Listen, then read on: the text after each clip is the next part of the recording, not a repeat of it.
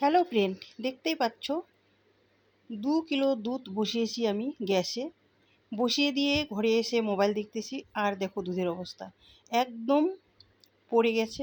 এই যে দেখতে পাচ্ছ হাঁড়িটার কি অবস্থা, চারদিক দিয়ে পড়ে গেছে। তো করার কিছু নেই, এরকমই হয় মাঝে মাঝে, ছাড়ো।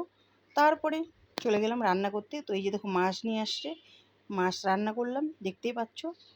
আলু দিয়ে ক্যাপসিকাম দিয়ে মাছের ঝোলটা সুন্দর করে করে নিলাম, কারণ দেখতে সুন্দর হইলে খেতেও সুন্দর হয়। পহেলে গুণ বিচারি, তারপরে বলে জানি না ওটার। তারপরে এই যে দেখো ডিম সিদ্ধ দিয়েছি, ডিম সিদ্ধ হয়ে গেছে বাবুর জন্য। তারপরে এই যে দেখো বসিয়েছি একটুখানি ভাত, ভাতও প্রায় হয়ে যাচ্ছে। আর এখানে আসি কিন্তু আমার একটু কাবলি ছোলা ভেজানো। তো এই কাবলি ছোলা দিয়ে কি করা যাবে সেই ভিডিওটা আমি তোমাদের নেক্সটে দিব। আজকে এটুকুই থাক, তো দেখা হচ্ছে নেক্সট ভিডিওতে। টাটা সবাইকে।